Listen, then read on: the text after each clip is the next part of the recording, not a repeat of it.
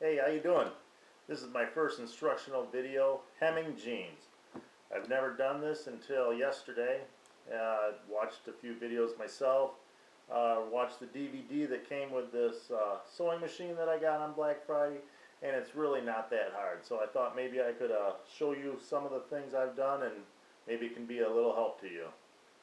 Like I said, this isn't too hard, so if you got a little extra time like I do, seeing how I'm unemployed, I decided to give it a whirl. I usually can get jeans in 34 that are a little too long, 32s are a little too short, so taking an inch off each of them. What I did first was I rolled it under, pinned it, and then ironed it where I wanted my new crease before I did any demo work on the actual seam. And from there, after pinning, I just tried them on just to give it a double check. Looked good.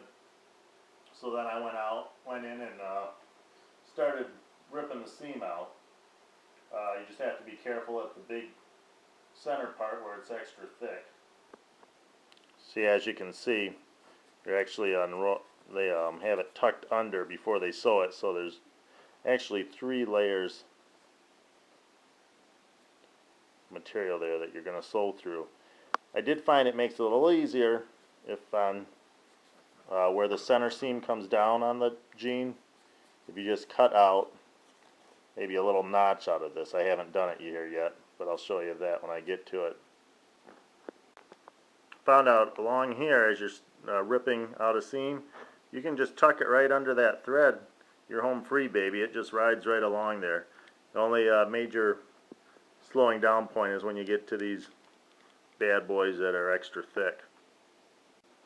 Then I found once I ripped out the seam on the inside, I can just pull this from the outside in, and that thread pops right out of there. Okay, now this is with it all opened up, and as you can see there, it's here's the original fold line. So from that edge it's about 1 1/4 inches. Here's my new fold line, so I'm going to measure down 1 1/4 inches, and that's where I'm going to cut off the excess material on the jeans.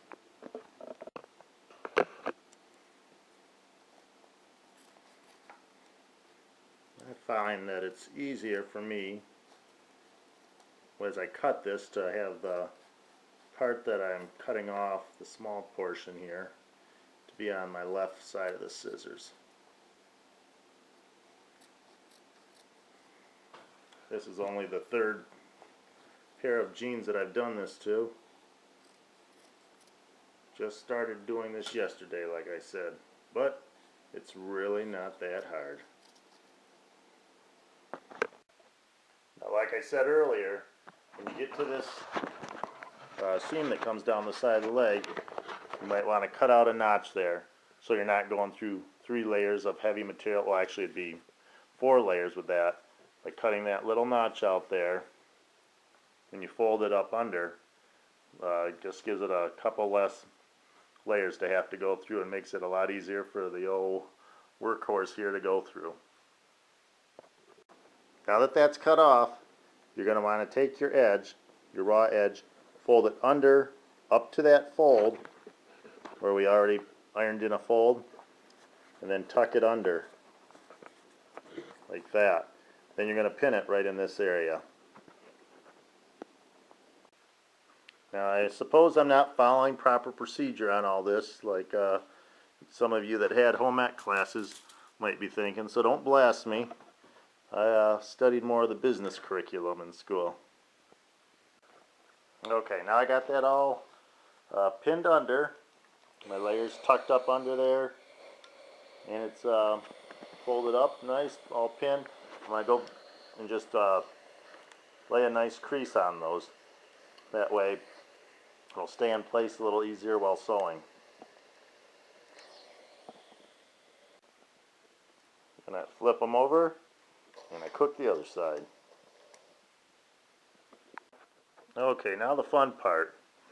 Like I said, I hadn't done this till yesterday, and watching the DVD that came with it helped a lot. Funny thing about this is, for blue jeans, you actually use gold thread. When you go to your big box store to pick it up, it'll be labeled denim. You do have a stitch adjustment here. Number 1 is going to give you a close, tight stitch, but I find putting it here on number 4 gives it more the look of the way it would come from the manufacturer. Okay, we're starting out here on the inner leg, so that's our ending point. It'll be a nicer, or if it's at all jagged, you won't show as much like if it was on the outer leg. So we're just going to go real slow getting started here. Going over that big hill. There she goes. Okay, and then we stop. I take my pins out as we go.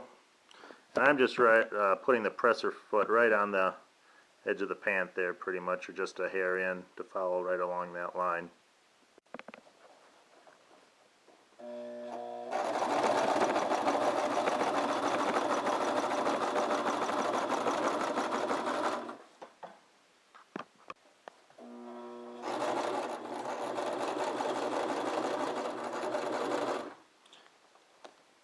If you start to get off line, just try to steer it back in.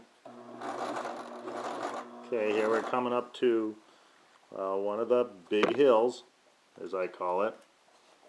So I'm just going to go real slow, trying to help it along.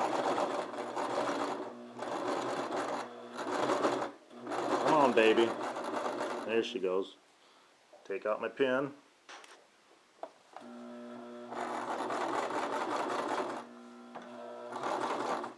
Another pin.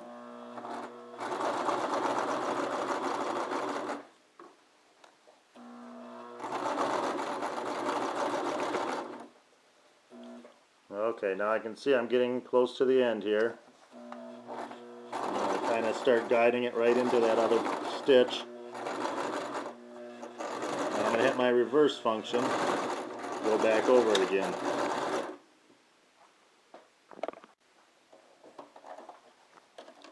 Okay. Okay, now I just trim off these excess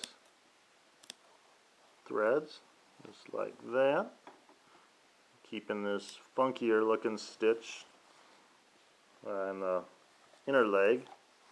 Okay, there's an inner view of what the finished product. See, my flap is tucked under and stitched down. And the outer.